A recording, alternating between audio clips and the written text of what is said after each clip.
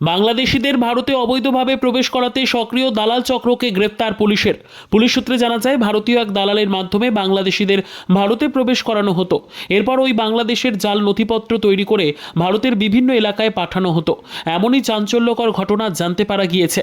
Police সূত্রে জানা যায়, গত 14 জানুয়ারি দক্ষিণ দিনাজপুরের হিলি থানার পুলিশ এক বাংলাদেশিকে গ্রেপ্তার করে।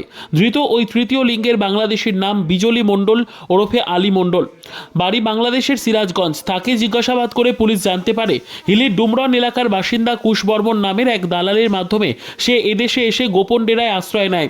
এরপর হিলির বাসিন্দা মিজানুর রহমান নামের এক ব্যক্তি ভারতীয় পরিচয়পত্র তৈরি করে দেয়। ওই পরিচয়পত্র নিয়ে হিলি থেকে অন্যত্র যাওয়ার পথে পুলিশ তাকে গ্রেপ্তার করে। সাথে গ্রেপ্তার করা হয় গৌতম মণ্ডল নামের এক টোটো চালককে। এরপরই গতকাল রাতে পুলিশ অভিযান চালিয়ে দুলাল, কুশ বর্মন এবং জাল নথি তৈরির অভিযোগে মিজানুর রহমানকে গ্রেপ্তার করে। এদিন তাদের বালুরঘাট আদালতে তোলা হবে। বালুরঘাটের ডিএসপি হেডকোয়ার্টার বিক্রম প্রসাদ জানান, হিলি থানার পুলিশ 14 জানুয়ারি এক বাংলাদেশিকে গ্রেপ্তার করার পর তাকে জিজ্ঞাসাবাদ করে দালাল চক্রে দুজনকে ধরা হয়েছে। আদালতের মাধ্যমে তাদের পুলিশি হেফাজতে নেওয়ার আবেদন জানানো হয়েছে। এভাবে কতজনকে দেশে ঢোকানো হয়েছে বা চক্রের সাথে আর কারা জড়িত আছে, পুলিশি হেফাজতে নেওয়ার পর তাদের জিজ্ঞাসাবাদ করা হবে। গত 14 তারিখ 14/1/2025 আমাদের হিলি থানার এলাকায় একজন বিডি ন্যাশনাল ধরা পড়ে। তাকে জিজ্ঞাসাবাদ করে আমরা জানতে পারি সে বেশ কিছুদিন আগেই আমাদের এপারে এসছে এবং সে বাংলাদেশের তেলকুপি এলাকা সিরাজগঞ্জ সেখান থেকে বিলং করে। তাকে জিজ্ঞাসাবাদ করার পরে আমরা জানতে পারি সে আমাদের এদিককার একজন টাউট, যে লোক পারাপারের কাজ করে অবৈধভাবে। তার নাম হচ্ছে কুশ বর্মন, তার বাড়ি ডুমরন হিলি থানা এলাকায়।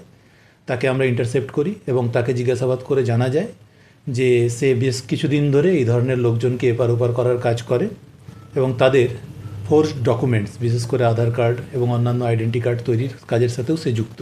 তাকে জিজ্ঞাসাবাদ করে আমরা জানতে পারি ডুমরনেরই আর একজন বাসিন্দা, যার নাম মিজানুর রহমান, বয়স 25 বছর। সে মূলত তার একটা কম্পিউটারের দোকান আছে এবং সেই কম্পিউটারের দোকানে এই কুশের মাধ্যমে যে বিডি ন্যাশনালরা এপারে আসে তাদের ছবিগুলো কালেক্ট করে এবং সেখান থেকে তাদের ফোর্স ডকুমেন্ট তৈরি করে।